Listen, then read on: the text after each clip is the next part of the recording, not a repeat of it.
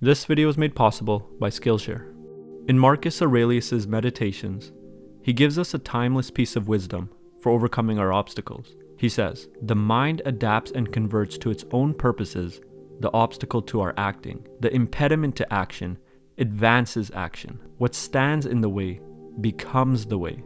On the surface, this sounds like a contradiction. How can something that stops action advance action? How can what stands in the way become the way?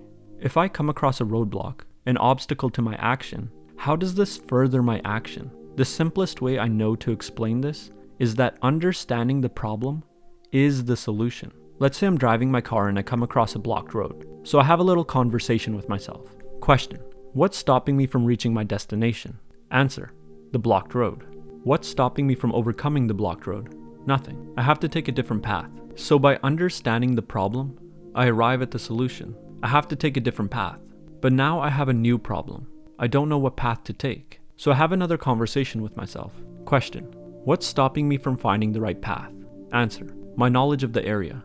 What's preventing me from obtaining knowledge of the area? Nothing. I can ask someone or use GPS. And again, by understanding the problem, I arrive at the solution. So this works for simple navigation problems. But does it work for more complex ones? Quincy works at a big media company where he has to do a lot of presentations with coworkers and upper level management. But he has a fear of public speaking. Quincy might question himself like this. Question: what's stopping me from public speaking? Answer: my fear of embarrassment. What's stopping me from not being embarrassed? I care what people think of me. What's stopping me from not caring what other people think? I need people to think well of me to survive here. What's stopping people from thinking well of me? My ability to satisfy their expectations. What's stopping me from satisfying their expectations? Understanding their expectations. What's stopping me from understanding their expectations? Nothing. I can ask them, or I can send a company-wide survey through email. So by understanding his problem, Quincy arrives at a solution. He sends a company-wide survey through email, asking his coworkers what they expect from him. Most of them say they want a list of the top 10 TikTok trends of the last quarter. Quincy knows he can easily deliver this information, and so he no longer feels stressed about speaking publicly. He knows what his coworkers want, and he knows how to give it to them. In his mind, the presentation is no longer a presentation. It's more like a conversation.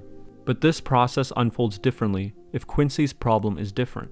What if Quincy doesn't have a list of the top 10 TikTok trends of the last quarter? What if he knows their expectations but doesn't have the relevant information?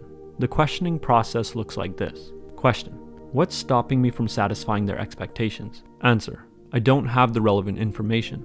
What's stopping me from getting the relevant information? Nothing.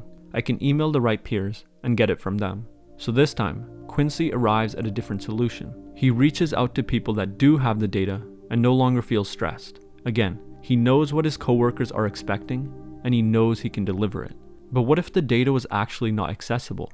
The questioning process might look like this. Question: what's stopping me from satisfying their expectations? Answer: I don't have the relevant information. What's stopping me from getting the relevant information? It's completely inaccessible. No one can get it in time for the presentation. What's stopping me from changing their expectations? Nothing. I can send an email out right now. So in this case, because Quincy knows he can't get the information his coworkers are expecting, he sends an email out and changes their expectations before the event. He lets them know that the data they're expecting won't be available, and he prevents them from being massively disappointed at the presentation. This takes stress off of Quincy and allows him to focus on meeting their other expectations. I went over 3 variations of Quincy's problem, but this process could be continued indefinitely for any problem. Every problem is unique to the individual and requires an individual process of questioning. Marcus Aurelius wrote that the impediment to action advances action.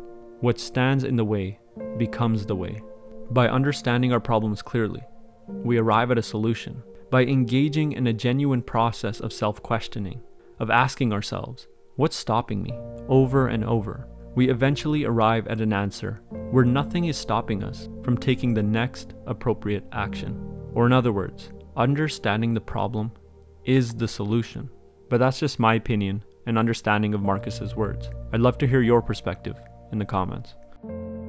I'd like to thank this week's sponsor, Skillshare, for giving away a free 1-month trial to the first 1,000 people who click the link in the description.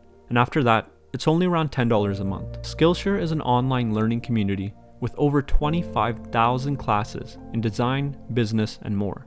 My favorite class is the Productivity Masterclass with Thomas Frank, where he helps you construct your very own productivity system. He goes over task management essentials, digital and physical file organization, how to take and keep notes, email tips and tricks, and how to stay organized for the long haul. Whether you want to fuel your curiosity, creativity, or even career, the ad-free environment on Skillshare is the perfect place to keep you learning and thriving in 2021.